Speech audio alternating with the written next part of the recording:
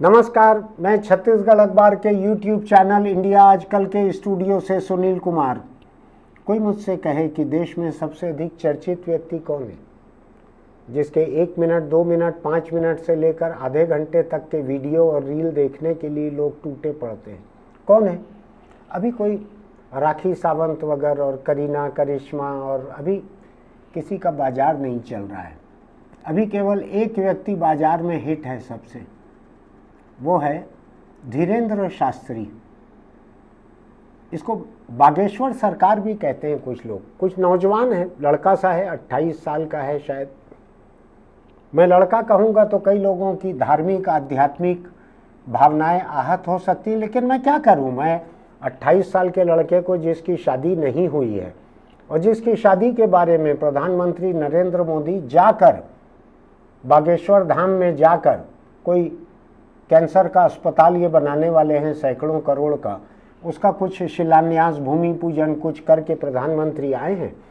और प्रधानमंत्री ने कहा है कि धीरेन्द्र शास्त्री ने उनको कहा था कि आप ये शिलान्यास के लिए आ जाओ, कैंसर अस्पताल के लिए, बाद में मेरी शादी के लिए भले मत आना। लेकिन प्रधानमंत्री ने कहा वहाँ पर सार्वजनिक रूप से कि मैं आपकी शादी में भी आऊँगा। आप कहा, तुम कहा, जो भी कहा, प्रधानमंत्री से 2, 2.5, 3 जनरेशन छोटा है धीरेन्द्र शास्त्री। मैं भी उसी नाते नौजवान लड़का ही मानकर चल रहा हूँ। बहुत हैंडसम है। आज शादी करने के लिए तैयार हो जाए तो मेरा ख्याल है 1-2 करोड़ लड़कियाँ जो हैं वो कतार में लग सकती हैं। इतना अच्छा हैंडसम दिखता है, करिश्मा तो है ही, चमत्कार है ही। लोगों के मन की बात को पढ़ लेता है, लोगों की मन की बात को पढ़ लेता है, पर्चे में लिख के दे देता है। किसी किसी को धमकी भी देता है कि होटल का कमरा नंबर बताऊं क्या, नाम बताऊं क्या, ऐसी धमकी भी देता है। अच्छा है, चेतावनी है, ये धमकी क्या है। धीरेन्द्र शास्त्री अभी फिर खबरों में आ गए हैं ताज़ा। मेरे ख्याल से कोई 3 दिन भी ऐसे नहीं निकलते हैं जब धीरेन्द्र शास्त्री यानी बागेश्वर बाबा, बागेश्वर सरकार, कई तरह के नाम इनके लिए इस्तेमाल होते हैं। तो ये 3-4 दिन से अधिक खबरों से परे नहीं रहते, कोई ना कोई खबर आ ही जाती है। किसी ने मुझको अभी याद दिलाया कि जिस कार्यक्रम में प्रधानमंत्री गए थे इनके आश्रम में, उसी कार्यक्रम में शायद राष्ट्रपति भी गई थी। मुझको ठीक से याद नहीं है, राष्ट्रपति भी गई थी उसमें। अभी उन्होंने एक नया शिगुफा छोड़ा है। मध्य प्रदेश में है इनका आश्रम, बागेश्वर में, बागेश्वर धाम। वहाँ पे एक हिंदू गांव बना रहे हैं, हिंदू ग्राम बना रहे हैं, जहाँ केवल हिंदू रह सकेंगे। 1000 मकान से शुरुआत कर रहे हैं। हालांकि इनका इरादा महत्वाकांक्षी है और बड़े दूरदर्शी हैं और बड़े पैमाने पर सोचते हैं। ये गांव जो है ये पायलट प्रोजेक्ट है, शुरुआत है। ये 1000 मकान बनेंगे, 5-5 लाख रुपए में बुकिंग होगी, किसी को मालिकाना हक नहीं दिया जाएगा। वहाँ रहने की इजाज़त रहेगी उनको। तो जाहिर है इनके भक्त जो लाखों रुपए इनको दान दे देते हैं, वहाँ डाल देते हैं, कैंसर अस्पताल के लिए दे रहे हैं, जिनको प्रवचन को बुलाते हैं। 5 लाख, 10 लाख, 20 लाख कितना लेन देन होता है मुझको पता नहीं है, वो थोड़ा इनकम टैक्स वगैरह का मामला है तो मैं उससे भुगतान से दूर रहता हूँ। तो इन्होंने कहा है कि वहाँ पर मकान बना रहे हैं, नीचे ग्राउंड फ्लोर में 17 लाख, फिर 16 लाख, फिर 15 लाख, ऐसा रेट तय हो गया है। अभी मैं देख रहा हूँ फोटो, तो वीडियो फोटो में ये ब्रोशर दिखा रहे हैं। कॉलोनाइजर रहते हैं ना, बिल्डर जैसे, हमारे आपके सबके शहर में होंगे। तो उन्होंने भूमि पूजन किया है हिंदू ग्राम का, और उन्होंने कहा इसमें केवल सनातन धर्म के लोगों को जगह दी जाएगी। तो बिल्डर की मर्जी पे है, जिसको चाहे बेचे, जिसको चाहे ना बेचे। मुंबई में कई जगह ऐसा हुआ था, जो अपार्टमेंट बिल्डिंग बनी थी उसमें बिल्डर ने कहा कि हम नॉन वेज खाने वाले को नहीं आने देंगे। कुछ एक तो ऐसे भी थे, प्याज लहसुन वालों को नहीं आने देंगे, दूसरे धर्म के लोगों को नहीं आने देंगे, केवल जैन रहेंगे या केवल हिंदू रहेंगे। ऐसा सब मुंबई में हो चुका है, मामले अदालत तक गए हुए हैं। मैं ज़्यादा उस पर जाना नहीं चाहता कि आगे क्या हुआ था, बात पटरी से उतर जाएगी, जिसकी कि मुझको आदत है। तो धीरेन्द्र शास्त्री बागेश्वर महाराज ने ये कहा है, पहले हिंदू ग्राम बनेगा। ध्यान से सुनिएगा सीक्वेंस, ये देश का इतिहास बनने जा रहा है, भविष्य बनने जा रहा है। पहले हिंदू ग्राम बनेगा, फिर हिंदू जिला बनेगा, फिर हिंदू राज्य बनेगा और फिर हिंदू राष्ट्र बनेगा। ये सिलसिलेवार आगे बढ़ रहे हैं ये। तो आप देखिएगा हिंदू ग्राम, इसमें जो समाचार जो आया है, इन्होंने कहा है गैर हिंदुओं का इसमें प्रवेश वर्जित रहेगा, गैर हिंदुओं का प्रवेश वर्जित रहेगा इस गांव में। गांव ऐसा रहेगा जिसमें केवल हिंदू ही रहेंगे, कहीं नजर ना पड़ जाए उनकी। एक बहुत बड़ा धार्मिक संप्रदाय है इंडिया में, देश विदेश में कई जगह उनके मंदिर भी बने हुए हैं। मुझको जो कहा गया है कि उनके प्रमुख स्वामी जी महाराज जो हैं, उनकी नज़रें भी किसी महिला पे ना पड़ जाए, इसलिए जिस बड़े से हॉल में भी अगर वो बैठते हैं तो आसपास से महिलाओं का आना जाना, हॉल के बाहर से कॉरिडोर से भी महिलाओं का आना जाना रोक दिया जाता है कि महिला पर नज़र न पड़े, बड़े स्वामी जी महाराज की। ऐसा बतलाया था लोगों ने मुझको, पढ़ा भी था मैंने। अब ये कह रहे हैं 2 साल में ये हो जाएगा, 5 लाख देकर एडवांस बुकिंग, बाकी पैसा किस्तों में दे सकते हैं। किसी के नाम पे रजिस्ट्री नहीं होगी, ये पैसा देके आप बुकिंग करा रहे हैं।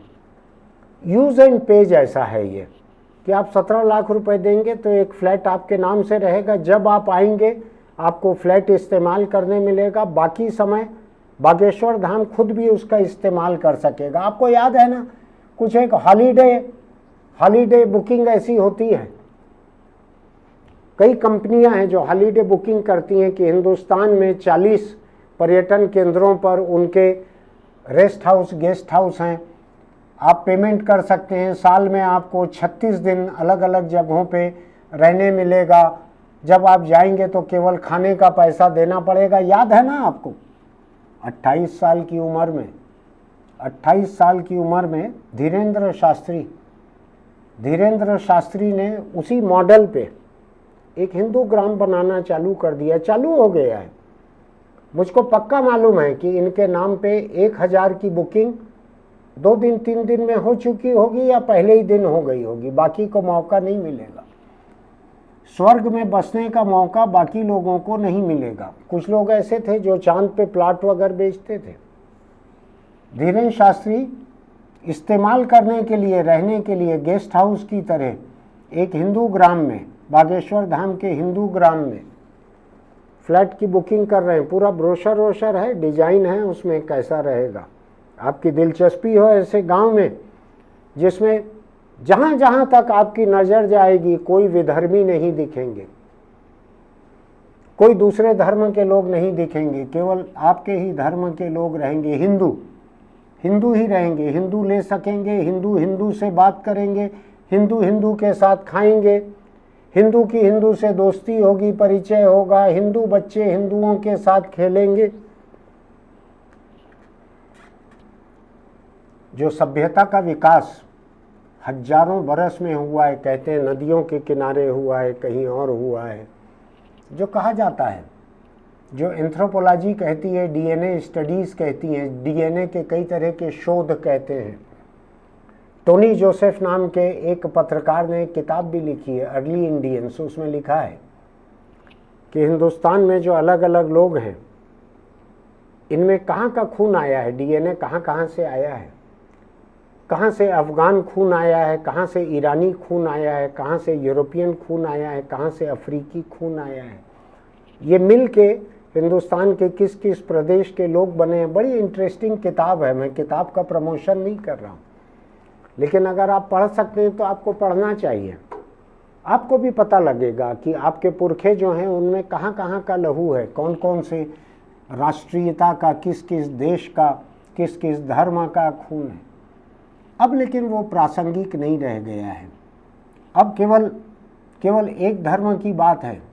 एक धर्म का कबीला सरीखा बन रहा है बागेश्वर धाम में, दूसरे धर्म वाले की मनाही है, उधर झांकना भी नहीं, घुसने भी नहीं मिलेगा। आप ध्यान रखिएगा, आप ओला, उबेर, जोमेटो कोई भी इस्तेमाल करेंगे ना खाना बुलाने को, टैक्सी बुलाने को, मोटरसाइकिल बुलाने को, ध्यान रखिएगा, नाम देख लीजिएगा कौन डिलीवरी देने आ रहे हैं। हिंदू दिखेगा तो ही भीतर आने मिलेगा, वरना आपको गांव के बाहर तक चल के आना पड़ेगा। बड़ा कड़ा इंतजाम है, कड़ा अनुशासन है, गैर हिंदू को घुसने नहीं मिलेगा गांव।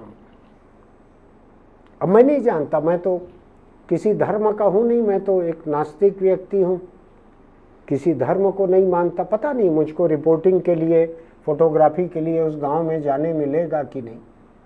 लेकिन आप देखिए बागेश्वर महाराज धीरेन्द्र शास्त्री